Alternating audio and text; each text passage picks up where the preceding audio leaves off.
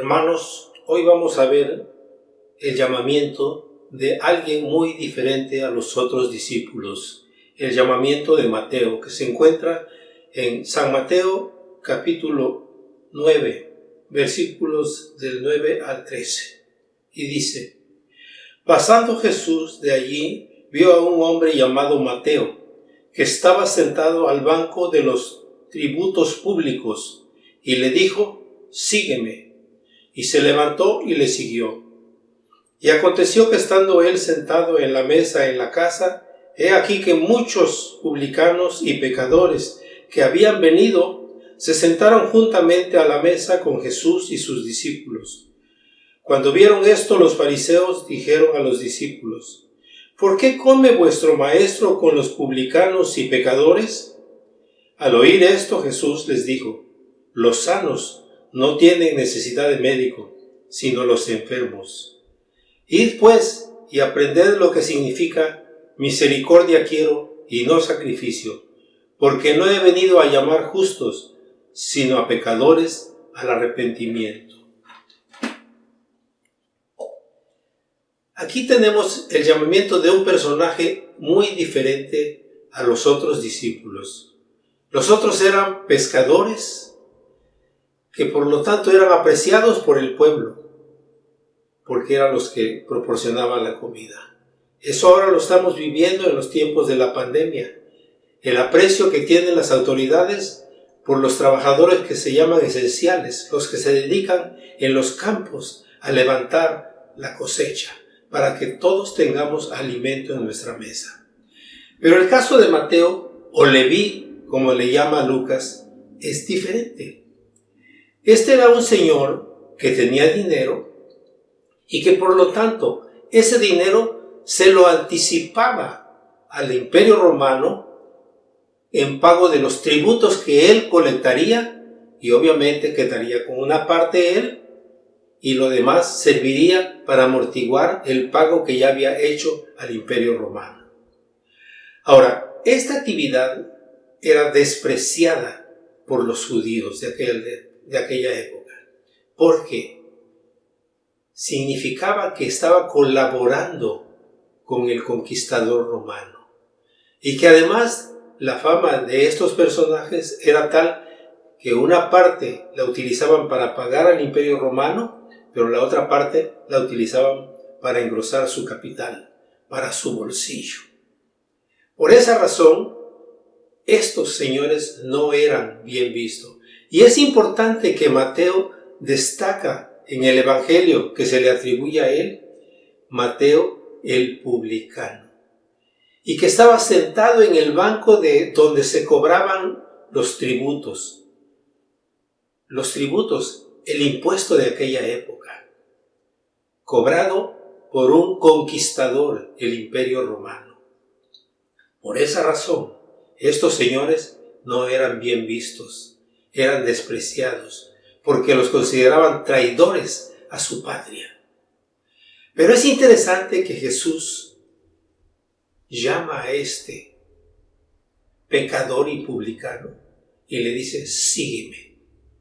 Y lo más interesante es que este pecador y publicano renuncia a toda su manera de vivir. Lo abandona, lo deja a un lado y sigue a Jesús. Y aquí se cumple lo que siempre Jesús dijo a aquel que quisiera seguirlo. Primero, niégate a ti mismo, o sea, renuncia a tus expectativas, a lo que tú crees que quieres llegar a ser. Toma tu cruz, porque el camino que te toca seguir no es fácil, es pesado. Y sígueme, sigue a Cristo. Pero tenemos la promesa de que el que sigue a Cristo tiene como premio la vida eterna. Y entonces, aquí Mateo comparte ese gozo que está sintiendo de seguir el camino de la vida eterna con Cristo. Y lo primero que hace es una fiesta. Quiere compartir con sus compañeros publicanos y pecadores el gozo de que ahora tiene un futuro diferente al que él se había labrado. El camino de la vida eterna. El perdón de sus pecados. El ser llamado ahora hijo del Padre. Y el ser uno de los miembros de la familia de Dios. Y además convertirse en un embajador del reino de los cielos. Y por eso Mateo organiza esa fiesta. Lucas nos aclara, y Marcos también, que no es la casa de Jesús, porque Jesús no tenía ni dónde acostarse la cabeza. Ustedes recuerdan, se quedó dormido sobre una barca que no era de él. Y entonces la casa es de Mateo. Y él invita a sus amigos para que compartan con él todo lo que está viendo. Pero aquí vienen los religiosos de su tiempo a criticar a Jesús. ¿Por qué tu maestro, le dicen a sus discípulos, se reúne con los publicanos y pecadores? Está contraviniendo la interpretación de la ley de Moisés. Jesús lo oye y le dicen, vamos a aclarar una cosa. Los que están sanos no necesitan un doctor. Lo necesitan los que están enfermos. Y yo no he venido a curar a los sanos. Yo he venido a curar a los que están enfermos. Y con eso se está refiriendo a la condición de pecador y no pecador. Ellos se sentían que no tenían de qué avergonzarse. Pero Pablo trae a la mente, a la memoria y a sus escritos en el libro de Romanos capítulo 3, parte del Salmo que escribió el rey David, donde dice que, como está escrito, no hay justo, ni siquiera uno, no hay quien entienda, no hay quien busque a Dios, todos se desviaron a una y se hicieron inútiles. No hay quien haga lo bueno, no hay ni siquiera uno. Sepulcro abierto es su garganta, con su lengua engañan, veneno de áspides hay debajo de sus labios. Su boca está llena de maldición y de amargura. Sus pies se apresuran para derramar sangre. Quebranto y desventura hay en sus caminos, y no conocieron camino de paz.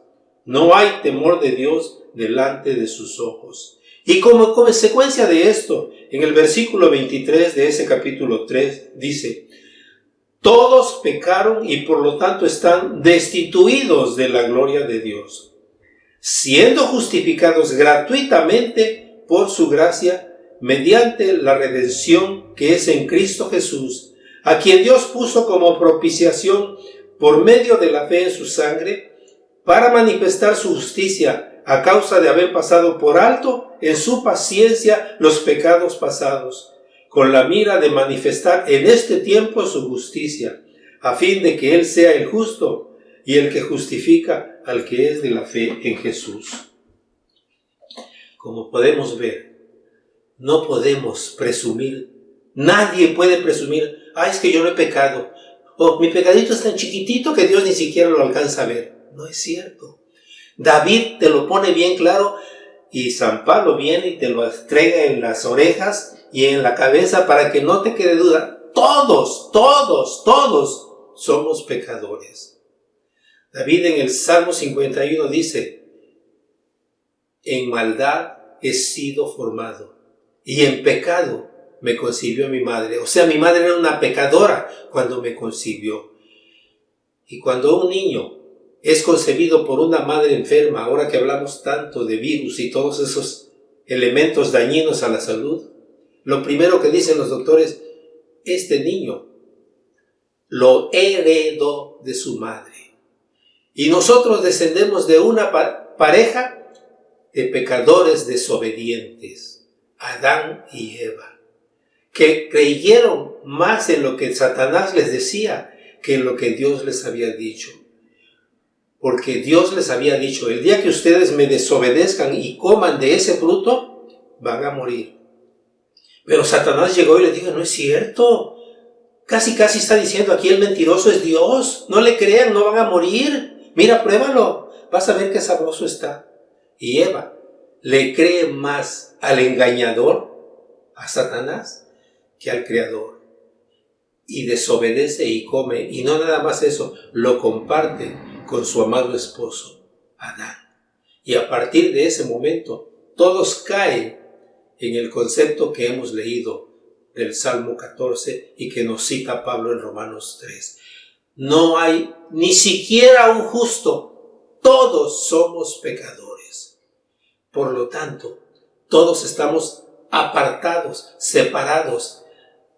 No tenemos comunión con la gloria de Dios. Recuerden que cuando Adán y Eva desobedecen, ya no pueden tener comunión con el Creador. Son separados a través de unos ángeles que tenían unas espadas de fuego para evitar que regresaran al camino para reconciliarse. Y esa es la condición de todos nosotros antes de conocer a Cristo.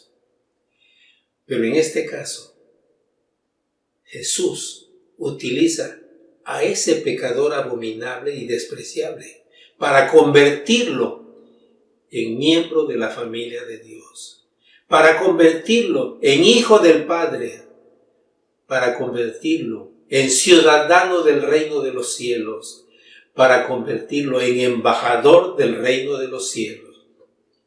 Porque esa es la misión que nosotros tenemos cuando Cristo nos reconcilia con Él a través de su muerte en la cruz, donde Él pagó por nuestros pecados, donde Él sufrió la maldición de la cruz. Deuteronomio 21:23, maldito por Dios el que es colgado en un madero. Y Pablo nos dice que Cristo fue colgado en el madero. Y San Pedro nos dice que Él cargó en su cuerpo sobre el madero con nuestros pecados. Pero como leímos con Pablo, a través de ese sacrificio, Él nos rescata.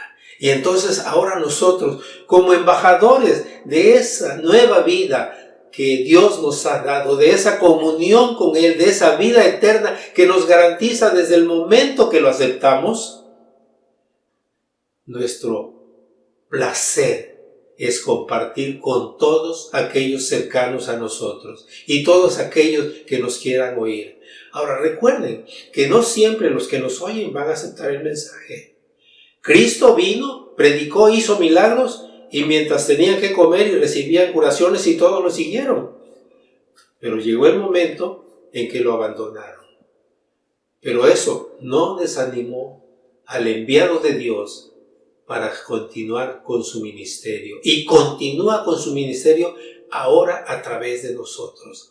Y esa es la razón por la cual insistimos mucho en nuestro testimonio hacia los que no conocen a Cristo e inclusive hacia nuestros hermanos, de lo que sentimos que Cristo ha hecho en nuestra vida al llamarnos de a donde andábamos al camino correcto, de la autopista donde circulan muchos, pero que llevan al camino del mal, al estrecho camino que lleva a la vida eterna y cuya puerta, cuya vereda es Cristo mismo. Yo soy el camino, la verdad y la vida. Nadie llega al Padre si no es a través de mí, de este camino. Mis hermanos, que esto quede en nuestra cabeza.